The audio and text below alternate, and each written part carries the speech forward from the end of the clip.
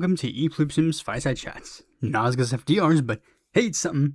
Now, just I guess technically two pieces of housekeeping for, not really two, more like one. The first one I'm going to say is just an update on the Thursday episode that's coming out. It's coming out, and I may or may not put a teaser of some kind to tease what the episode is, but if you haven't picked up on the vibe of the month of July was that all of the videos have to do with intellectual property rights. I would say that you'd be done with that hyperfixation for the rest of the year, but you're not. There's one more episode that I have planned out for next month that will also be in regards to intellectual property rights, but afterwards, no more main series IP-related videos. Maybe it'll make its way into the podcasts. There's some hints about the episode in this episode. The one that's coming up in a couple of days. So I actually won't have to make a teaser because you'll know what it is just by watching this episode. If you have, you'll pick up on the clues. You'll pick up on the very subtle hints and clues in regards to this episode. With that out of the way, let's get right into the news. The first news story is coming from Nicaragua, because Nicaragua has made a very, very stunning announcement, and it is the fact that at the anniversary of the defeat of the Somoza family, Daniel Ortega made the announcement that his country would no longer hold any elections, being quoted as saying, "There will be no more elections here so that they can try and seize the government, seize power. We will work with the National Assembly and the relevant institutions on laws because we need laws that build a wall, a barrier against the coup plotters and the traitors who sell out our country." The initial report, the initial reporting that I saw from The Guardian, it says here, the elections were due to take place next year, but Ortega gave no details on whether they would be canceled or whether the opposition would be barred from taking part. But the thing is, it's like, dude, he flat out said there will be no more elections. I think it's pretty clear what's going on. Now, what's funny is that there was actually people have actually tried to defend Daniel Ortega, because this is the sad thing.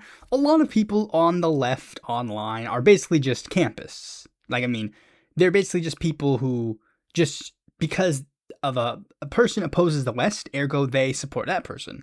And this is an interaction. I'm trying to find it, but apparently, I don't know if this tweet was deleted, but I remember I saw a post where it was like, "I'm so sick of the way Western media covers Nicaragua and the left here eats it up." And then they're basically talking about they're basically claiming that the media is lying, but then they included, as a reply to someone else calling them out for the bullshit that they're saying about this, full translations of what he said, explicitly pointing out the parts where, Daniel Ortega said that he wants no more elections. And then all the other replies about it are simply fucking, insane, cult mentality bullshit, where it's they're like, "Oh, well," that's one of the things, "Oh, they're not a racist pedophile." It's like, Daniel Ortega fucked his own, he molested his own niece. That's a known thing. Not niece? Was it his niece or his daughter?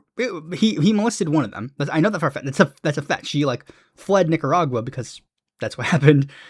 And Daniel Ortega is not he says he's a leftist. That's what he says. He's not, by any means.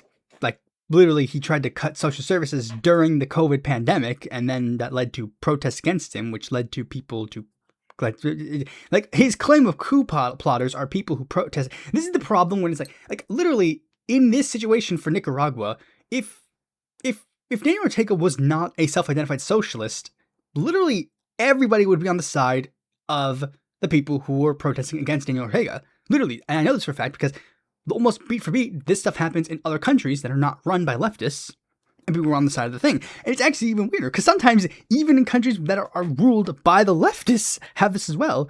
Most people online were supportive of the Gen Z protests in Nepal. The Nepalese communists were the ones who were in charge. Well, one of the many Nepalese communists that are in charge. But this is the thing.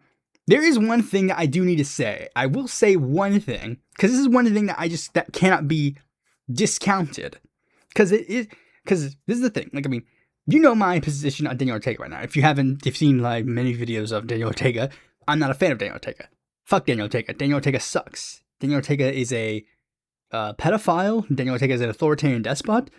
And as a person who is actually purely on the ideological left, who is not doing hero worship, I believe that Daniel Ortega should be, like, the people of Nicaragua should, however they see fit, get rid of Ortega, whether it be through a protest thing, whether it be through a democratic election, whether it be through, you get it.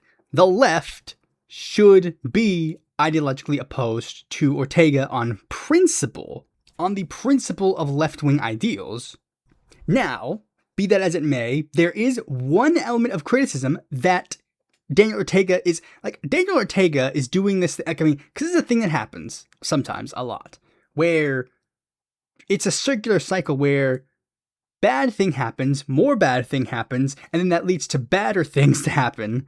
And in this situation, the excuse that Daniel Ortega and many other Latin American leftists and many of the campists who are supporting Daniel Ortega are using to justify Daniel Ortega doing these actions is specifically because of the rise of Operation Condor 2 under Trump, with how they've basically been trying to rig every single election in Latin America through Honduras, Colombia, and, as far as I'm aware, those are the only two ones that have legitimate concerns of electoral rigging. I don't know if any other election, I guess, I don't know. I don't know if Chile would have been rigged or not, but, the point is, Ortega is using that as the excuse he's using that as the excuse. Like, he's saying, oh, well, the United States is gonna, overthrow us through this, and Marco Rubio's going around crying about this particular situation, so, of course, he again has some justifications to explain what he's doing, and it's like, but you guys clearly do not know the context of Nicaragua, because I'm gonna take a wild guess. And say that you guys know the Sandinista Revolution and Daniel Ortega now. I guarantee you know this and you know this. I guarantee you don't know any of the situation that happened in the intervening times. You know about Daniel Ortega's original administration, and then you know about Daniel Ortega, the current guy. That's all you know. You don't know any of the full ins and outs about it. I'm not even going to claim I know the full ins and outs, but I know enough to understand the slow erosion of democracy in Nicaragua. Like, Daniel Ortega, for lack of a better term, is like the boogeyman. He is the boogeyman and in any other world, the only reason why Daniel Ortega has not been perceived as the boogeyman in any of these cases is because what happens in Nicaragua is so self-contained. You see, the difference is, with Hugo Chavez in Venezuela and, Nicolas Maduro in Venezuela, those guys had more of I guess it would be more of an internationalist stage, or I don't know if it's like them being more internationalist or anything of the sort, or if it's just because their countries were fully, really, really good, at least to a certain point, but you get the point. There is some justification that can be used, and has been used by Daniel Ortega to push for a further erosion of democracy. But that does not mean that Daniel Ortega should at all be praised, or, I guess I'll say, I'm even going to say, because, I know what's going to happen. Marco Rubio is going to try and use this to justify, sanctions, or, even a possible full-on ground invasion. It's like, no, none of those things should happen. It's the same thing with literally anything. I've said this before in other situations. Just because I don't personally like the Maduro regime does not mean I believe that the United States should have overthrown Nicolas Maduro. Any true liberation of Venezuela or any of these other nations would have to come through the people themselves, not through the aid of another outside force. I'm not a fucking neoliberal. So yeah, I guess we'll have to wait and see how things turn out in Nicaragua. But now let's shift from Nicaragua to talk about something that is very, very not important. Nintendo. And this first Nintendo story is one that I think is going to be interesting. And it's interesting. It's revolving more around the issue of tariffs. And I think this story very much greatly explains the whole tariff situation. You see, one of the big things in regards to tariffs is the simple question of this is the big thing about everybody when they talk about protectionism in general, but also specifically tariffs, where it's what are tariffs? And the question is purely are tariffs are a thing that actually affects like the companies themselves, or are they a thing that only affects the consumer? Because it's one of the big things that a lot of people say about like tariffs. They're essentially a tax on the consumer. And Nintendo was a company that had to do that went through all these tariffs. And this is like, I'll just read the story where it's like, Nintendo is just one of many companies that has been claiming refunds on tariffs it was forced to pay on goods entering the United States from August 2025. And basically that's what happened. Like, say, the companies were announced, like, this was a story as well, where it's like companies announced, where it was announced that like companies all had to get refunds on the tariffs that they had to pay. And that's the thing. It's like, wait, so the companies did pay the tariffs? Yes, they did. But also, as we all know, they end up, like, in order for them to not go under, or at least, quote unquote, for them to not go under, quote unquote, they had to raise the prices. They, quote unquote, had to raise the prices on the consumer goods. And now, Nintendo fans have tried to fight in a U.S. court. It was like the tariffs were deemed illegal in a U.S. court, and Nintendo explicitly sued the U.S. government to get their money back, quote unquote. And a class action lawsuit was filed in April of this year on behalf of Nintendo consumers, arguing that Nintendo had an obligation to refund the customers whose purchased products had the inflated price. And Nintendo is saying no. They basically just said that they are not going to pay this, that they're not going to pay back the consumers. They're not going to pay back the consumers at all, because they have no obligation to. That's just the truth. They and the argument that Nintendo made was basically that they just said hey, you didn't have to pay, you didn't have to buy our products. Yeah, that's it. And that's basically the whole kit and caboodle about tariffs that you all need to understand. Yes, these companies do foot the bill on, they do get punished through these tariffs, but through the market and capitalism, in order for them to not lose any money, they of course will shift the blame to someone else. Much in the same way where a company will, when they're losing money, the first thing they're going to go is that they're going to start laying off employees on the bottom. They're not going to think, maybe we should stop buying all these private jets. And that's the big thing you need to understand. That's the big thing that needs to be taken into consideration with tariffs and all these other protectionist policies. You have to implement policies that would prevent them from doing that. It's one of the big reasons why the Trump tariffs are a failure. And I talked about that in a previous podcast about tariffs. I'll link it somewhere. I might link it in the description. I don't know if I'll have time to link it in the fucking video proper, but I might link it in the description, where it's like I'm explaining the concept where it's like tariffs, having just your full in and all plan be tariffs is just bad, because if you're expecting tariffs to just magically save the day, then you're not going to go well. And that's why the Trump tariffs are so bad. They're literally it's just the tariffs are the thing that is supposed to save the day, and it's just not. Anyway, speaking of saving the day, we didn't save the day this time, but it's interesting. So there was a bill, this was a big bill. The NDAA. If you don't know anything about this channel, you know that every single time the NDAA comes about, the NDAA gets talked about, because the NDAA is kind of one of the bills that kind of truly shows to an extent who's the good guys and who's the bad guys in Congress. Because basically, historically, the NDAAs have always been the bill that usually gets the same few people to oppose it. You usually get the furthest left members of the House and the couple of the libertarian isolationist types. Typically in the earliest NDAs you get Raul Grijalva oppose it, and you get Thomas Massey, Walter B. Jones, Justin Amash, Jan Schakowsky, Mark Buchanan, you know those types, those people. Then when the squad came around, of course, they ended up getting in the field. But this NDAA has gotten explicitly in way more heat than any other NDAA has been in the past. The biggest thing that got in, the specific thing that got into a lot of trouble was Section 219 of the bill, which was the United States Israel Defense Technology Cooperation Initiative, which was a rebranding of a previous bill that the United States House tried to pass called the United States Israel Futures Act.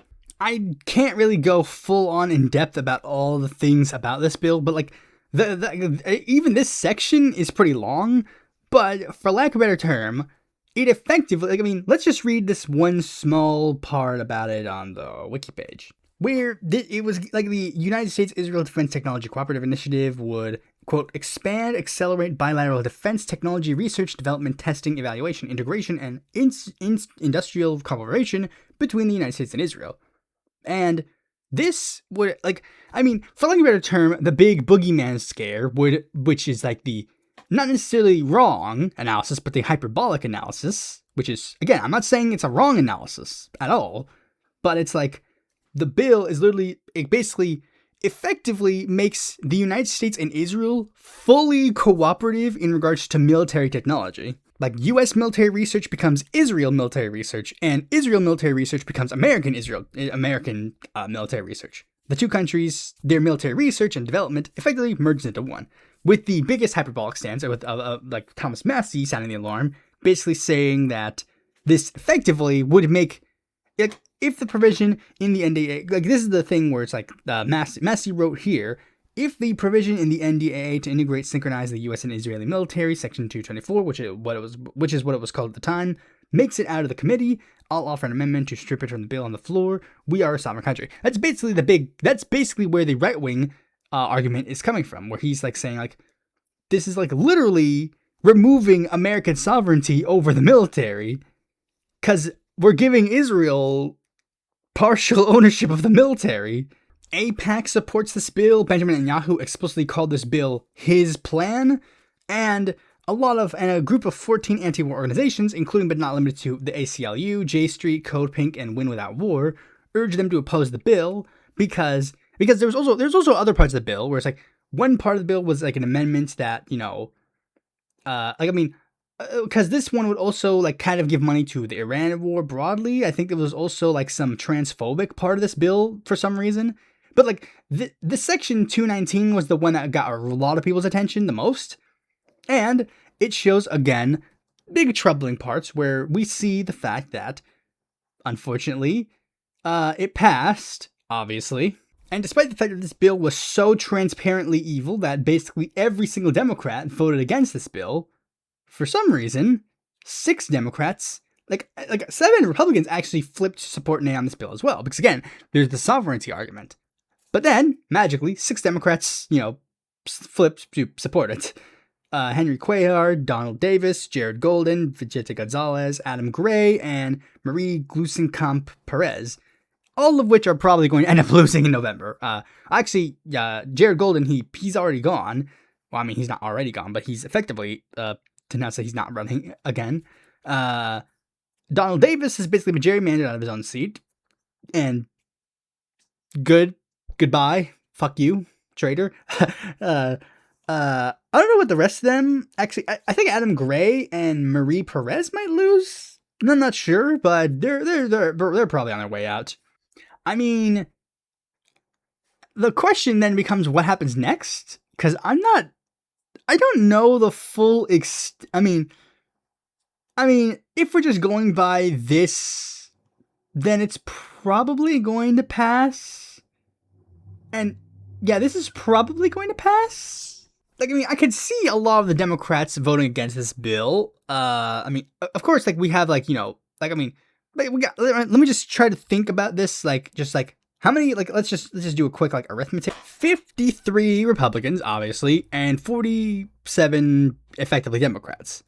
Okay, so we could just, let's just naturally assume party line vote for the most part. I could see Rand Paul flipping, and unfortunately, I could also see Fetterman flipping. So we're right back to square one.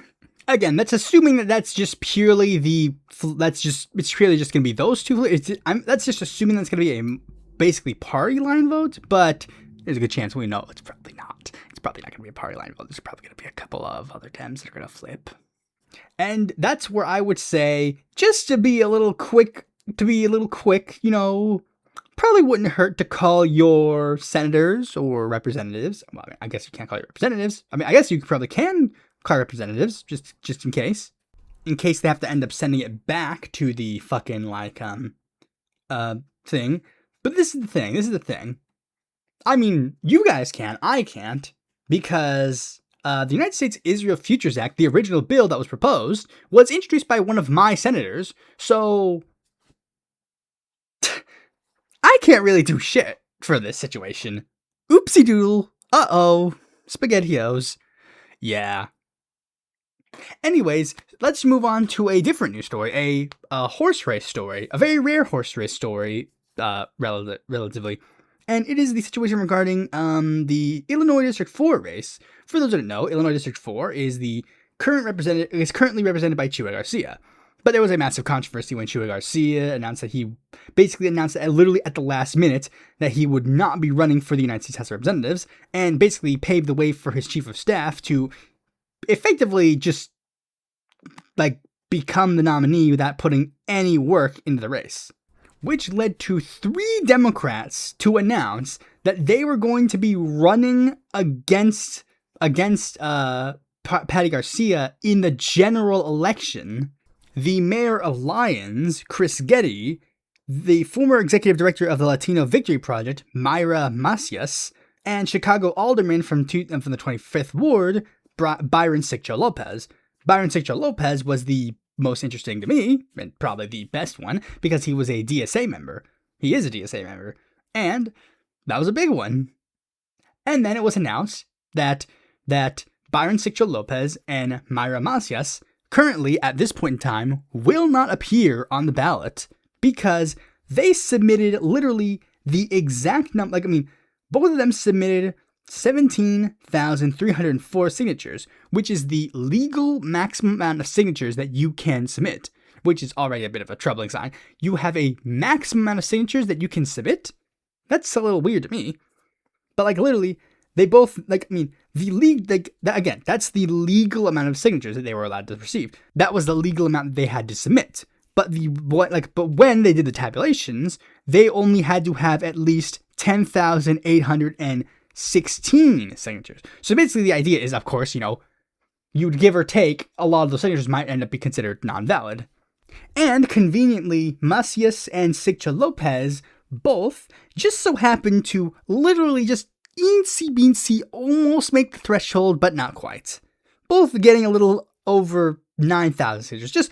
They just missed a couple of signatures here and there. Interesting development. Seemingly, Getty seemed to be perfectly interesting. I'm just going to say a little bit of an interesting development that Byron Sigcho-Lopez and Macías didn't get enough signatures. Just interesting enough, because just going to look at their campaign finance reports as of April 25th, 2026. Patty Garcia had $270,000. She raised that much money. Byron Sigcho-Lopez raised $148,000, and Mayra Macías raised $227,000. So these two, and the rest of the candidates have raised a total of $0. Interesting developments that the candidates that did not raise money, they get to be on the ballot, but the ones who did raise money, they just missed the threshold. Rats. Better luck next time, guys. Now, they're not done yet, because Byron Sigcho-Lopez and Mayra Macías have both stated that they do intend to explore any legal routes to potentially continue their bids. Effectively, they're thinking of, Byron Sigcho-Lopez especially did explicitly say, he intends to challenge these results. Go so far as to say that he'll take it all the way to the Supreme Court if he has to. With rumors floating around that Byron Sigcho-Lopez intends to, they intends to even go so far as to possibly run a write-in candidacy if he just can't get on the ballot. And yeah, Byron Sigcho-Lopez, if you're a DSA member in Chicago especially, you should be doing everything in your power to help Byron Sigcho-Lopez if you can, because he is effectively the best chance for an independent candidate, independent socialist candidates, basically in the entire United States. Can you guys realistically name any other independent socialist candidate that has a better chance of winning in November other than him? And now let's move on to the last news story, which will tie into the main topic. And it is where Marco Rubio made a weird announcement during his Cuba subversion hearing. He held a summit, he held a summit on, the resurgent, basically making the claim that Cuba is running some evil secret cabal trying to overtake the world. And here's one of his quotes where he says, "Many of the most significant upheavals in recent American history, from the George Floyd riots to the rise of Antifa and the explosion of pro-blah-blah-blah activism on American college campuses, can be linked in some way, shape, or form to Cuban influence." And he's published a massive report where he has claimed tons of groups and figures are effectively like evil, like this is the funny thing. He has claimed that Zohar Mamdani, Karen Bass, Amy Goodman, Hassan Piker, the Amazon Labor Union, and Ben from Ben and Jerry's are actually secretly agents of Cuba. But of course, I neglected to mention one specific organization that he name dropped. DSA. Now, if I remember correctly, the official report doesn't, there are 3 pages explicitly dedicated to DSA, and here's like some parts of it. The Democratic Socialists of America serve as a particularly potent illustration of the ideological victory of Cuba's efforts to position itself as the spiritual capital of third worldist radicalism. This represents a significant advance for the Cuban influence operation. Havana no longer needs to rely solely on intelligence penetration, nor assisted cultivation or exert influence over the United States. Though, this is the thing about it, where it's like, it concedes, quote, DSA was not shaped by the direct and tangible influence of the Cuban government, and that it has an organic ideological commitment. It insists that none is to say that the group has no ties to the Cuban regime. Basically, I think they explicitly used the term fellow traveler in reference to DSA and quote-unquote Cuba connections. And this is, of course, coming after, what just happened with Fergie Chambers, and we're seeing a lot more things that are going on, with Breakthrough News apparently going through some issues as of recently. And, of course, coincidentally, this coincides with a ton of media, operations where they have, the people, shitting on, DSA on the media. They even had Lefty Winter, that's fucking funny. Lefty Winter apparently actively participated in DSA slander, where basically she's I don't even know what she is at this point, because I just saw her similar to a lot of other shady figures on the political left, quote unquote. I saw them randomly pop up in my feed one day, and magically they're just being fed to me just every day, and literally apparently they're a January 6th supporter. Apparently just learning they're a January 6th supporter. They supported January 6th, and then they somehow got enamored by AOC and Zohar Mamdani, and now they're joining in on this I don't fucking know, man. I guess this is really just a segue to the main topic, because this is just a lot more to do with that. And yes, this video is kind of inspired by DSA drama, quote unquote, that just happened. And let's milk it while it's hot. But first, I guess I'll give some context about me in regards to DSA. See, I have been a DSA member since 2021. If you paid attention to the history of this channel, you would know that the reason why is because basically, if you don't know, my political radicalization essentially began in 2016. And I basically allowed for all of the groups to get their say. I let Justice Democrats give their side of the angle. I let Move for People's Party give their side of the angle. I let the Green Party give their side of the angle. I let DSA give their side of the angle. And ultimately, when the dust settled by 2020, DSA was the organization that won out in every sense of the word. They were the ones that had the most ideologically stringent and most coherent political plan. And yeah, ultimately I decided that in order to best help the left-wing movement in America, the best course of action was to join DSA. I will admit, I am not necessarily the most active member in DSA. I pay a small amount of dues. I occasionally get a link in my email account about endorsing a candidate on my local ballot, and I vote on it. I don't really join the Zoom calls, and I don't really go to the DSA events, but otherwise I at least stay somewhat paying attention to DSA issues and the actual tangible levels to an extent. maybe I will be more actively involved in other DSA things in the future. I don't know. That's really just yet to be determined. But I'm kind of comfortable in the position that I am now within DSA. You know, again, I don't mind that I'm not like one of the like people on the NPC, or like I'm not one of the large figures like fighting in regards to whatever's. But yeah, I mean, I'm fine being a background member who gives a couple of bucks to the organization and, you know, votes on like my local affiliate. I think I literally just donated like a decent, not a decent amount. It's a decent amount for me because I'm broke, but it was a amount to my local part, because it's another thing. It's like, pay if you're in DSA, pay some dues to your local party and your the national branch. Pay what you can. They're pretty accepting with how much money you're allowed to give. I've given dues that were terribly low in the past. Granted, I think technically all of my dues are probably considered terribly low, considering the amount that they do. It's a similar thing with like the fucking like they were like, you know, pay a tip on your like fucking like server thing. It's like they give you the recommended tip, but then it's like you could also click the other tip options where it's like you pay more or you can pay less. But there is one aspect that is good with this, with me not being super ooper duper actively involved with DSA, and it's the fact that I don't participate in the party drama. Which is a thing that I obviously probably would have fallen into a lot of trouble with, because I was a huge drama whore when I was on fucking Twitter. And another aspect that helped me remove myself from the DSA drama was the fact that, of course, like every single socialist organization, you know, like the Socialist Party of America, there's a lot of ideological infighting and caucuses that push the debate and discussion about the DSA strategy moving forward, and like, you know, ideologically, there's a lot of like DSA is officially a multi-tendency group, meaning that if you are a left-winger of basically any variety, you're on the ship. You can get on board.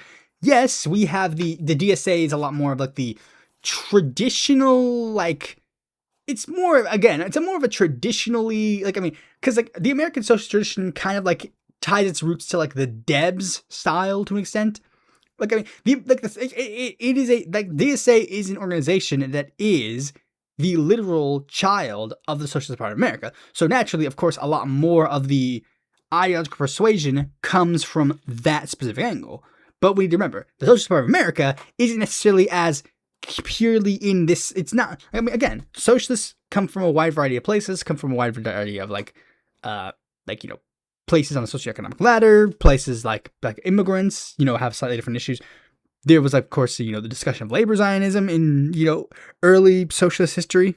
But like, yeah, there is obviously like various different like I mean, again, everybody comes at it from a slightly different ideological persuasion. Like, I mean, for me, like me, I believe in like more the copyleft movement in regards to intellectual property reform. Meanwhile, a lot of leftists don't even touch that issue. But yeah, clearly there's a lot of variety in the caucuses, and if you listen to the caucuses, there are many caucuses.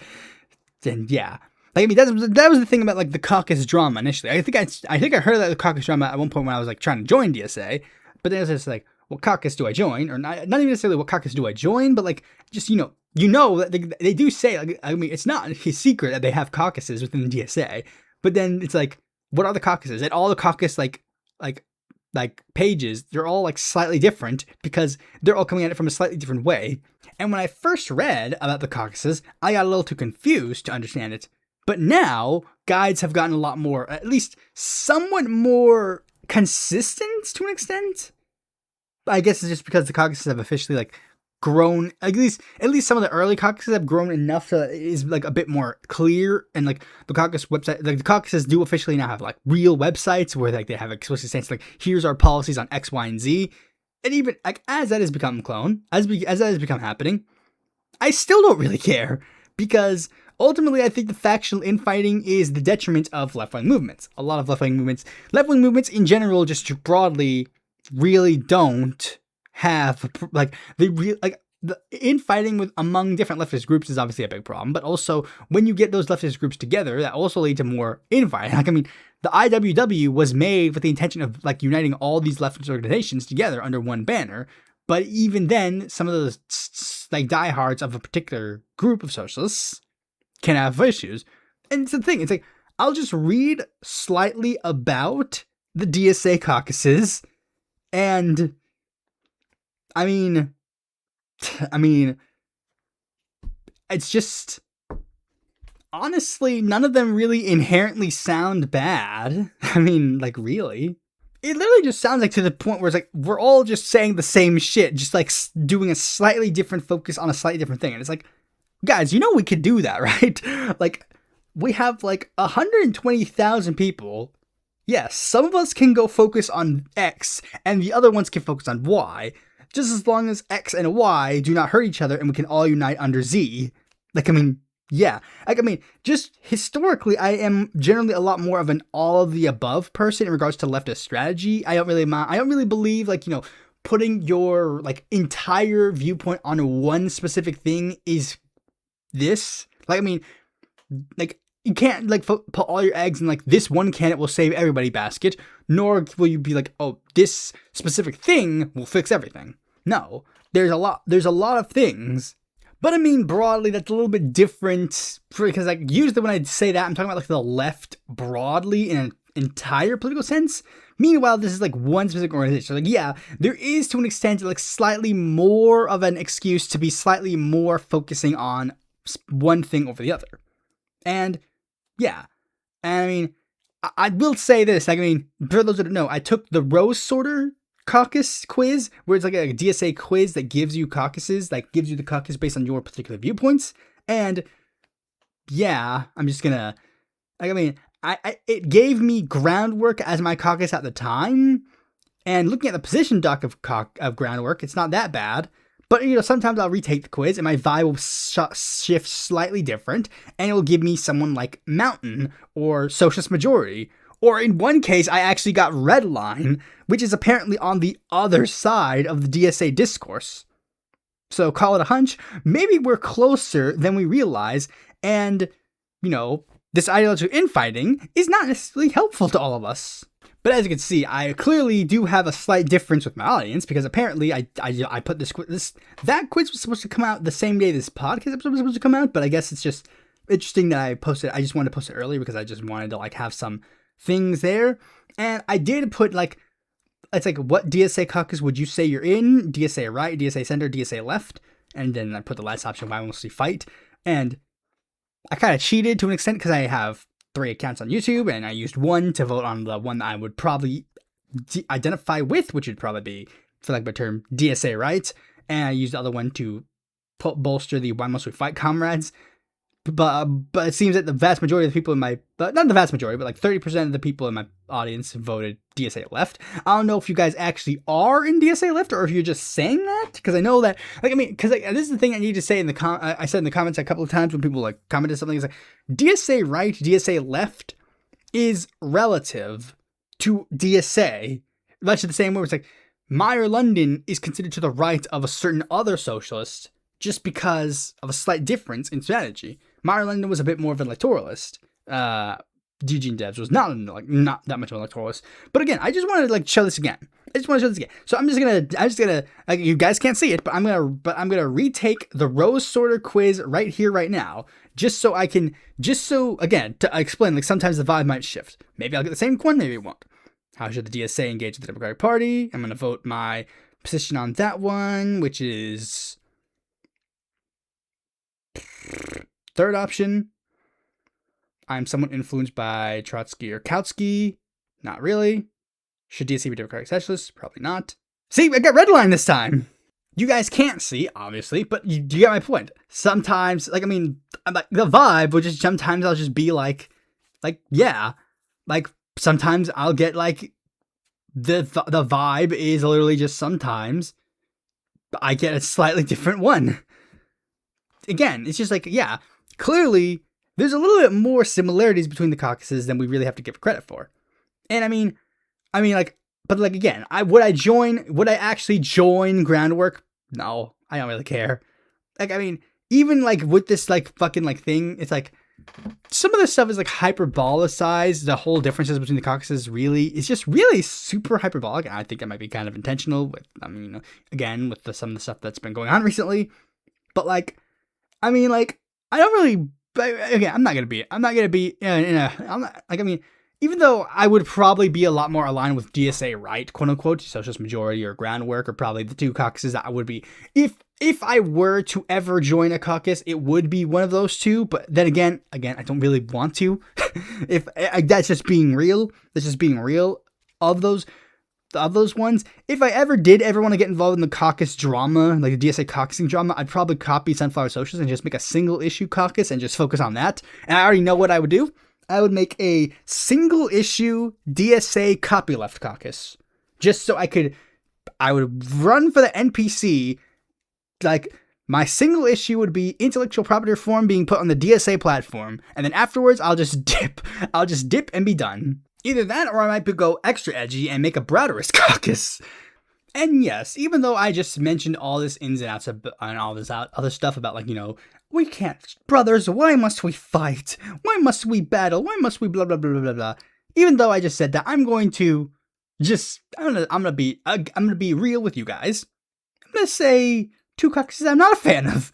Like, I mean, look, all the other caucuses, I'm not really, I guess I'll just say three. There's kind of like three caucuses I'm not a fan of. The first one is North Star, because North Star is effectively like the, basically the, I don't want to necessarily call them this, but for lack of a better term, I think they're the Zionist caucus. Like, they're basically the caucus of the people who still maintain the Michael Harrington style of DSA, where it's like, they believe in realigning the Democratic Party, they believe in, like, labor Zionism, and yeah, they're basically just that. And for that fact, they're basically, sinners. And yeah, I don't even know if they're that popular of a caucus, but like, yeah, that's just kind of who they are. But the other caucus that I really, really hate is the Just Break Already caucus. Not because their ideology is inherently stupid, but because apparently also they are an infiltrated group of pedophiles. Like, it happens sometimes. DSA is, of course, again, the big, massive tent of socialism. So, of course, sometimes smaller socialist groups will try to infiltrate the organization. And they're apparently an organization that spent a lot of time arguing about the age of consent, and as their own, when they actually became a caucus, they literally were fighting for this issue, and it's like, huh.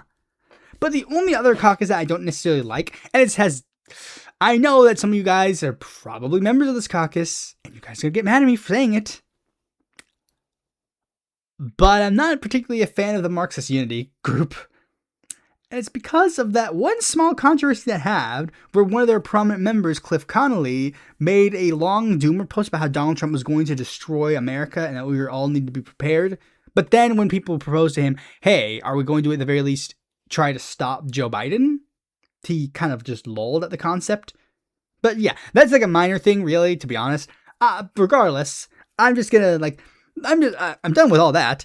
I wanted this one to kind of be me trying to articulate what I think the DSA's strategy and ideas and, like, whatever should be moving forward. And to be clear, I do like they recently posted, like, a thing where, like, they posted a thing where it was like, they're basically like, it's not necessarily a new platform, but it's like a restating of their current platform. And it's like this big thing. It's like a lot of people really liked it. I mean, I generally like it. I'll probably include it linked below of some kind, just because, again, it's broadly a good organization, a good thing. And yeah, I mean, of all the left-wing organizations, it's the best one. I've said it before, and I'll say it again. DSA is the best left-wing organization in the United States. That's a fact. Fight me on that. In size, scope, and viability, I mean, every sense of the word, it is the most viable. These are just some things I think the DSA should do. And most of these are basically me giving my positions on, like, the various policy or partisan dramas that have happened. I think, most of this is just borrowed from both a Harper O'Connor video, but he also borrowed it from a post of some kind where it's like, the Libertarian Socialist Caucus, like, basically they had like a thing where it's like, here are the main, like, divides within DSA in regards to how the party is, or like the organization, not necessarily party, but we'll call it a party because, why not? But it's basically the various different ideological divides, and I'm just going to give my 2 cents on a couple of them. Okay, so basically, it's like a couple of positions. The first one is labor strategy, but I'm just going to say I'm not necessarily the best person to, this is the one that I'm probably the least equipped to talk about. But there's basically two roads on it. The rank and file strategy and the the strategy of the other one, like the party leadership strategy, or like the union leadership strategy, where it's like, on one end, you basically become a member, like basically you join the union of your work, and then you basically work your way up through that. And the other one is basically where you just actively try to take over the unions of your workplace, and then try to do union activism through that. And I've just got to be upfront. In my position, in my idea, in my viewpoint, rank and file seems to be the most logical route for a person who's joining the workforce who's a DSA member. I mean, nobody likes that worker that just kind of like, nobody likes that guy who goes to work and just starts to act like they're the top shit. Like, coming in and then immediately trying to take charge of a union is probably going to be a problem. The only way that this could possibly work is if your workplace is not unionized. In that case, then you would literally have to start a union. And another reason why I think this works is that this is a strategy that was adopted by the Communist Party during the Browder years. And it seemed to pay off pretty good, with union membership rising massively to the point where they had to implement a no strike rule. Well, I mean, they already had a no strike rule during the Great Depression, but they had to implement the what, I forgot what it's called. You know the one I'm talking about. Taft-Hartley? Is that what it's called? You know, the massively anti-union bill that came after the Great Depression. That one. If I'm fucking up on the name, then that's going to be a fucking big problem. But yeah, that was basically the strategy that they implemented, and it really, again, it paid off. The next one is eco-socialism. And I mean, I'm in favor of a Green New Deal. Shock all shocks. Green New Deal is probably I'm not necessarily opposed to the concept of degrowth entirely, but Green New Deal is more of a comprehensive plan with a bit more of an easier sell to a lot of people. But yeah, those are the two ones that I just needed to include because they were like the ones that were talked about. And yeah. The next one is in regards to the internationalist strategy. And, you know, the DSA is kind of like going through a lot of a battle. Like, that's one of the things that's been accused by the DSA, where it's like people are like, oh, their campus or whatever, the second campus or whatever. See, in the campus debate of DSA strategy, I believe that third campism is the most logical route for DSA to go.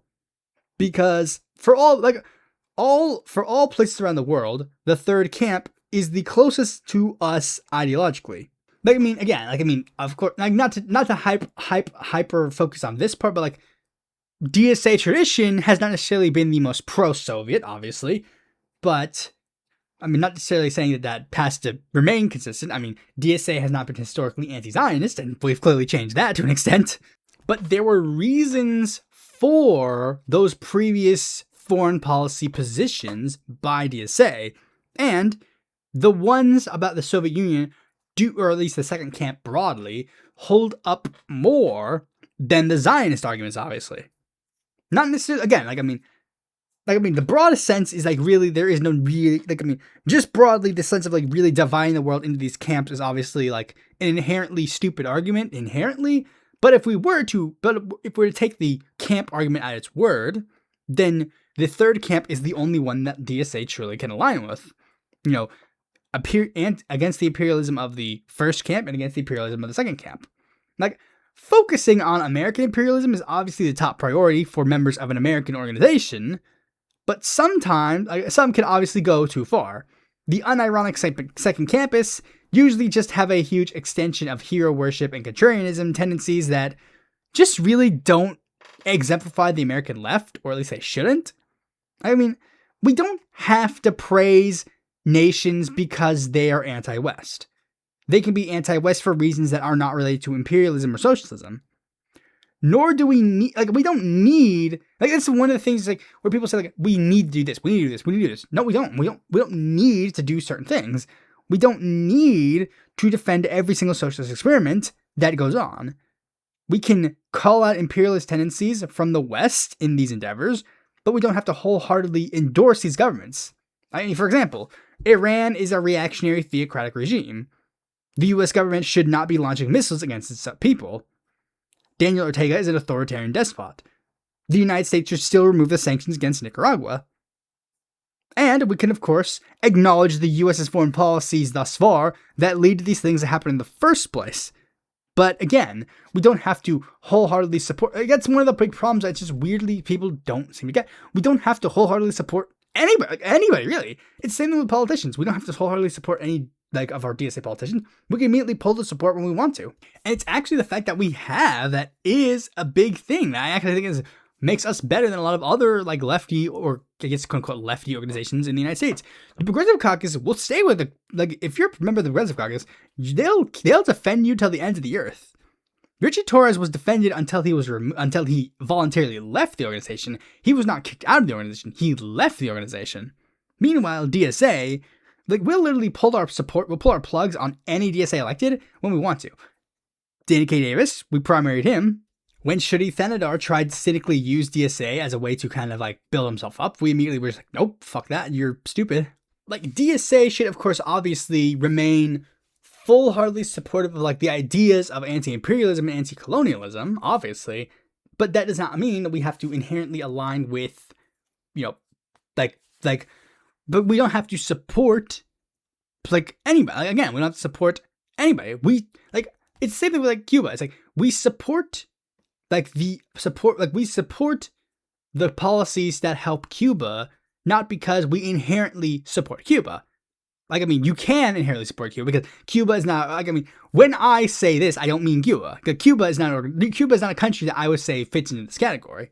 But you don't have to quote unquote support Cuba to still call out the fact that Cuba being strangled by the United States is a bad thing. And them trying to impose their will on Cuba is a bad thing. We call it out because it is a specifically bad thing, not because it is being done against someone that we like. It's the same thing with Palestine. We don't have to, we don't quote unquote have to support Palestine, but we support Palestine because Palestine is being directly attacked by the United States. The United States is actively involved in what is going on in Palestine. Same thing with Cuba. Same thing with a lot of these other things. In that sense, you can do that. Again, calling out American imperialism, calling out American colonialism, calling out all that stuff is obviously, again, top priority. And I'm not necessarily going to, I'm not blaming, this is slightly difficult to do. You know what I'm saying? I say you know what I'm saying, but I know you probably don't. But that's again, that's the slight line that you have to understand. And unfortunately, this slight line sometimes can lead to the United States, getting a little actively crazy in, whatever. And I'm not necessarily saying certain people in DSA can't at the very least express their opinion. I'm not even necessarily saying that people who do express a second campus perspective should be immediately kicked out of DSA. Again, as long as you're willing to have the discussion and the debate, but I don't think DSA as an organization should do that. DSA as an organization should, of course, prioritize, again, the imperialism and the colonialism aspect. And in some cases, sometimes DSA should call out imperialism and colonialism of other nations. Not necessarily saying that it should always be we should always it's the same thing with the thing is before you criticize Israel, you gotta criticize Hamas 15 million times. It's not even doing that. Again, focusing on the actions that the West side and the American side do that should, of course, again, always be prioritized. We are democratic socialists of America. We're not democratic socialists of Israel. We're not democratic socialists of Palestine. We're not democratic socialists of Russia. We're not democratic socialists of China. But, if Russia or China does something really, really bad, of course, I don't think that would be wrong for us to call them out.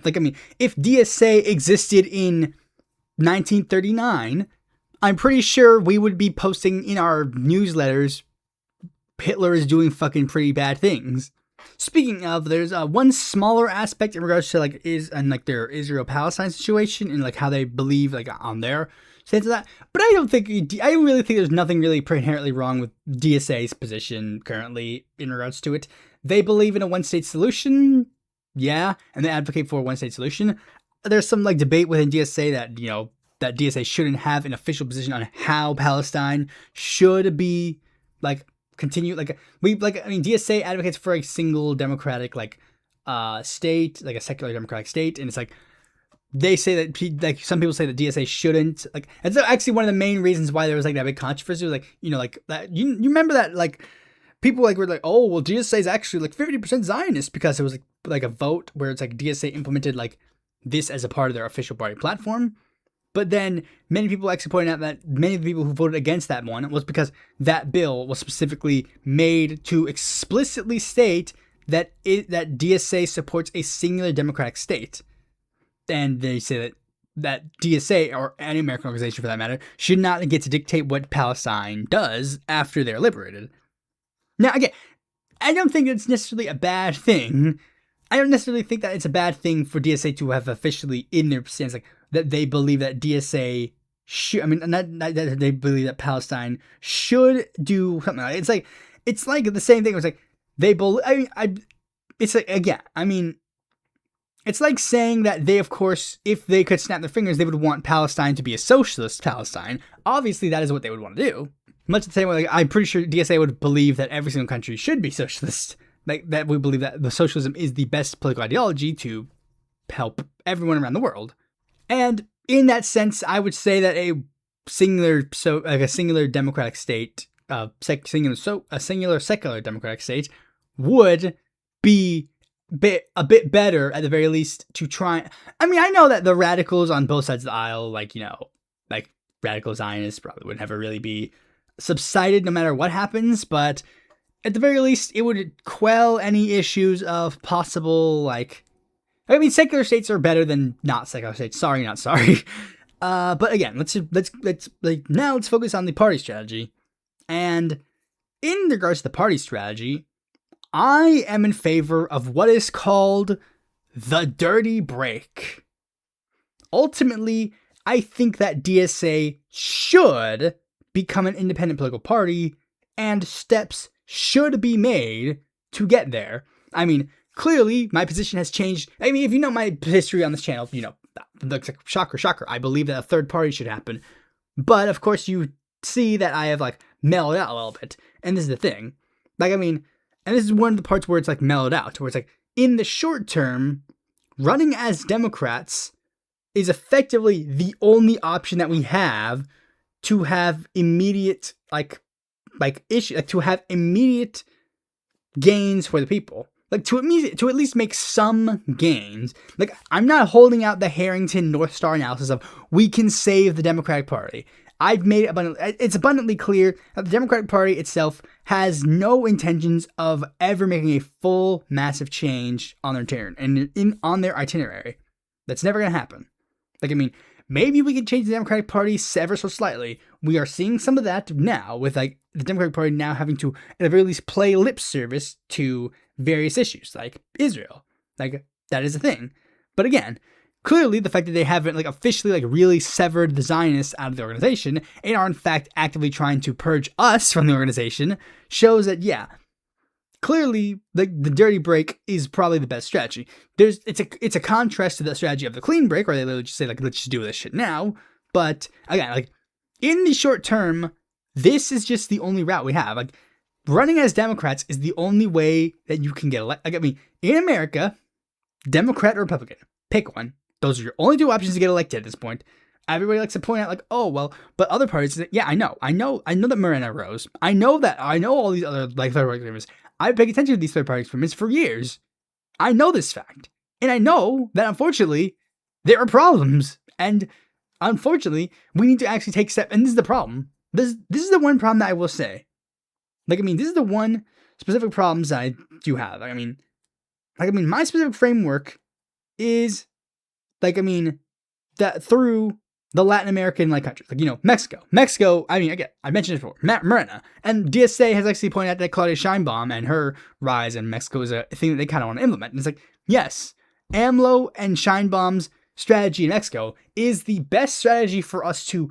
We need to copy them. We need to copy their homework because they have a political system that is very similar to ours. Super close to ours. I mentioned it in my Mexican political party videos.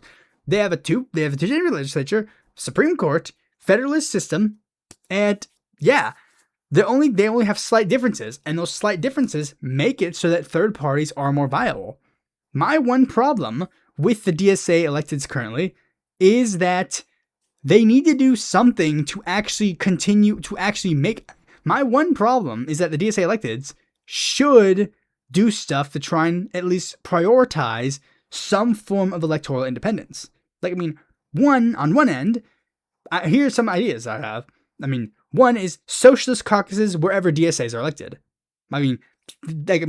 Anywhere. Like, if you're in the state legislature, if you're in the U.S. House. That way, if there is a hypothetical dirty break that happens, and we, like, at one point during it, dirty break happens, we can just, and immediately, we're all dirty broke. We're in a caucus, we can all officially just make it clear. And then, in the short term, we can still have a sort of united front as a caucus. That's the one problem. Like, when AOC said in 2018 that there was going to be a caucus there, yeah, there should have been a caucus. There really should have been a caucus. I don't really understand why there wasn't a caucus. I see that the squad is kind of like seen as like the de facto caucus, but yeah, it's just, you need to do a bit more things to do that. And another one is that DSA electeds need to prioritize electoral reforms that led to things like Moreno's rise. The biggest one being some form of proportional representation. Like, AOC, Rashida, Corey, or whoever, you guys need to introduce a proportional representation bill. You guys need to. Ranked choice voting is nice, but it's not going to do that. We need to implement a proportional representation bill or some other form of electoral reform that can actually make that dirty break happen. Like, I mean, otherwise, you just are doing the realignment strategy. It's just, I believe a dirty break should happen, but again, we need to actually take some steps to make the dirty break happen. And some added aspects of that come into a broader electoral strategy. Now, DSA as an organization should obviously only endorse socialists for elected office. While I'd like to have a preference for them exclusively running their own candidates, I know that there's going to be some unaffiliated socialists that might run and have a shot of winning, so endorsing them might be good, but also maybe encourage those guys to join DSA. I didn't think it would be that much of a controversial statement, but apparently there are some who misinterpret DSA's position or want them to take a different position, like with what happened with Tom Steyer or Joe Biden, where it's like, some have actually interpreted that DSA has endorsed both of those candidates, where it's like, it's not true. Some even claim that DSA endorsed Graham Plattner. This is also not true. That's the thing. Where it's like, some people are just stupid. They just don't know what DSA does. It's just fucking funny. And while, of course, I think most of them will be primarying Democrats and, running in Democratic primaries, I do think DSA should be open to endorsing more independent bids. Now, again, I'm not saying again, because I do believe in a dirty break strategy. So I do believe that the DSA should exert some more electoral independence from the Democratic Party. The Democrats already treat us like a third party anyways, might as well just embrace it. But I, again, of course, know that DSA it would probably be left more to individual chapter endorsements, but DSA should be open to endorsing the occasional third party bid or independent bid. Well, I guess I would probably say mostly independent bid, because I don't think really running as a green would probably be helpful. But, I think that it would be fine for us to endorse the occasional independent bid. For example, as I mentioned earlier in this episode, Byron Sigcho-Lopez. He's the clearest chance for a DSA dirty break. As a DSA dirty breaker, I want Byron Sigcho-Lopez to win. I, again, know that DSA probably won't do it as often. I'm not even asking them to do it that often. I'm just saying, and we've seen this a little bit more. Like, DSA as a national organization has rarely endorsed, national candidates for Congress. This year has been their best year for endorsing national candidates, because they really have accepted they have real political capital now. And in that sense, Byron Sigcho-Lopez, I think, should just be part of the slate. We know that why not take that momentum that we're having and occasionally help some independent bids. Just a couple of them. Not all of them. Just a couple of them here and there, show again, capital. I mean, that would be, could you imagine what would happen if Byron Sigcho-Lopez managed to win Illinois District 4 with the DSA's official backing? That would be massive news.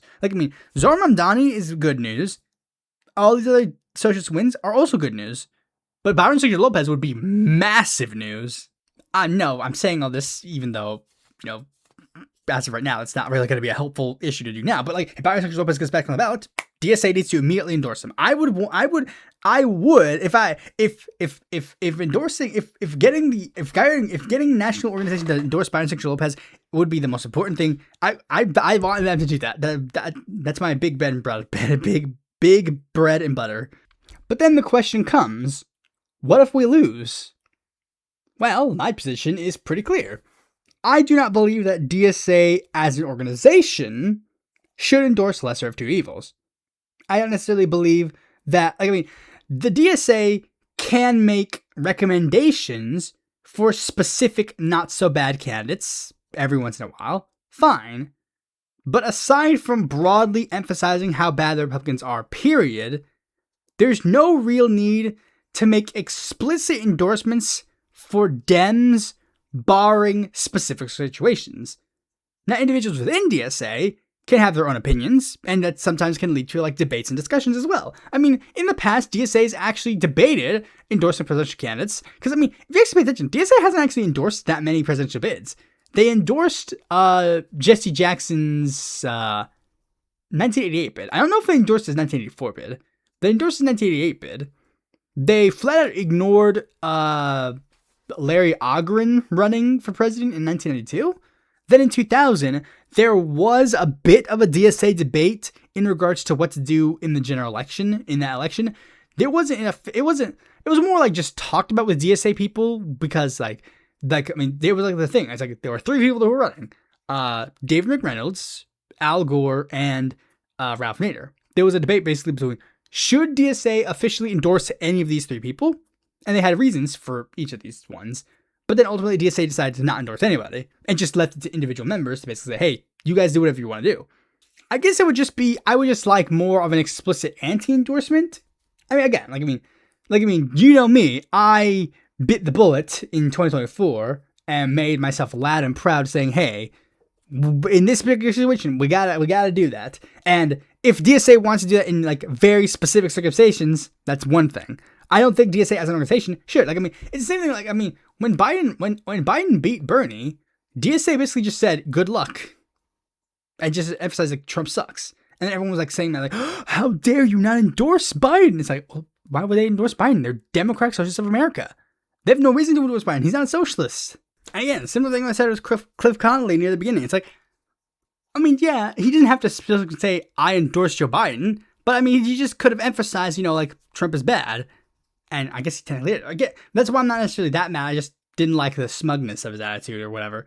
But the next thing about just the thing about the electoral strategy, the last thing about that for this part, before I move on to the last bigger one, the bigger drama that's been going on right now, is focusing on elections is probably going to be the primary vehicle for achieving socialist political power in the United States, and that's just a fact.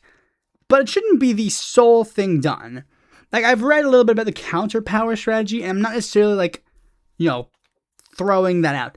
Building independent power structures like protests and labor organization isn't inherently something that should be tossed out immediately, obviously.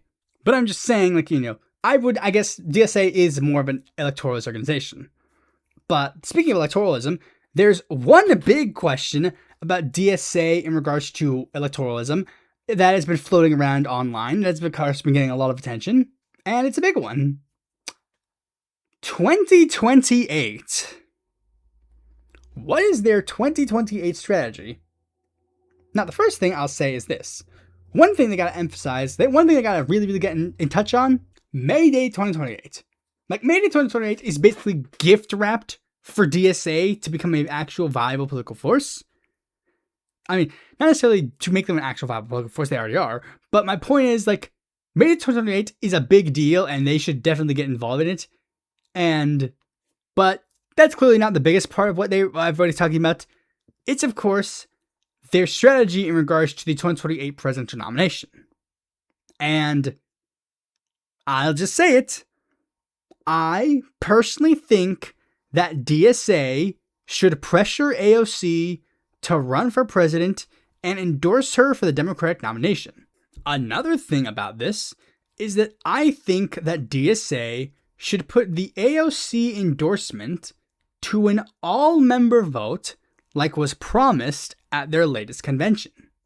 DSA can't do this big spiel where they're going around saying, oh, the DSA, oh, we have 120,000 members and have like, oh, we're this big, massive political organization now.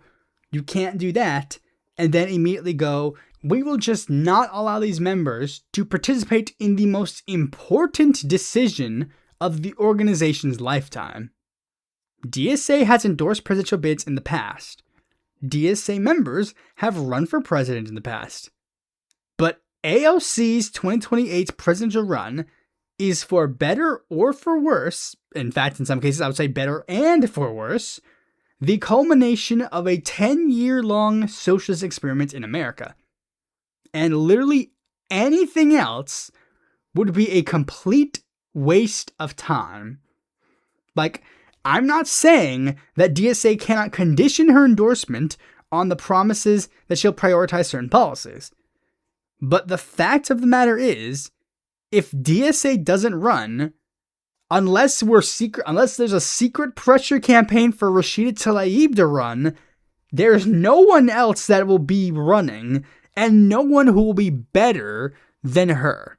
And there's a lot more drama regarding it that I don't necessarily want to talk about that much, but I'm just going to mention it just to mention it, where some people point out like how the DSA affiliates of like Groundwork and like New York DSA especially are like getting a bit more like, you know, not necessarily power hungry, but like more like they're like basically making it known like we're top shit. And some are trying to emphasize and trying to not even like they're trying to essentially manifest a DSA split. They're essentially trying to manifest a DSA split. That's why all this caucus drama and why all this stuff is like suddenly becoming prevalent in the news. They're trying to manifest a DSA split because, again, DSA, I mean, like big one, DSA truly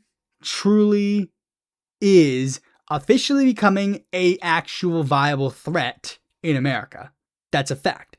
DSA has become an actual threat to the capitalist system, has actually become a threat to the political establishment. And that's why all this is going on right now. It's happened to other socialist organizations in the past. The Socialist Party of America, the Communist Party of America, the Black Panther Party, and those are the three left-wing organizations in America that actually became a threat. And all of these organizations befell the same fate. And I think that we need to open our history books and start looking at these three organizations again and start remembering why did they fail. And that's, again, part of the design. Like, part of the design of why all these things are going on. They're trying to scare you. All these, like this Marco Rubio thing, it's just an attempt to scare you. It's an attempt to scare you. It's an attempt to divide you. All these news stories attempt to divide you. Don't listen to it. Don't listen to it. Like, DSA, I don't care. I mean, I really don't care. Like, I mean, unless you're in the pedophile caucus, I don't really care what fucking caucus you're in DSA. I don't care. And I'm not gonna participate in any of the fucking drama about DSA no more. Like, this is effectively the last. I mean, obviously it won't be, but I'm just saying, needless drama for the sake of needless drama is BS. Don't listen to your lefty winters. Don't listen to Lefty Winter at all. Don't listen to her. She's a liar. She's a snake. Like, you don't have to like them. You don't have to like them. This is the big thing you gotta learn. You don't have to like them. You don't have to like me. You don't have to like me. Like, I mean, you see me as a DSA member and you're like, oh, I don't like him, so I'm not gonna join DSA. It's like, no, you don't have to like me. That's the point. That's the beauty of it. You don't have to like me. We're united under the same goal. We don't have to like each other. If you're gonna let petty drama of all this stuff happen and cause you to like, literally be like, I'm going to let the fascists win because I don't like this one fucking podcaster online. It's like, really? Really? You're just gonna let this happen? Like, really? if you're like that, then you're fucking stupid. But yeah, shock of all shocks, DSA is the best organization. Join DSA. Thanks for watching this video. Be sure to like, comment, share, subscribe, and click the bell to find a future video when it comes out. And if you want more content from me, consider supporting me on Patreon.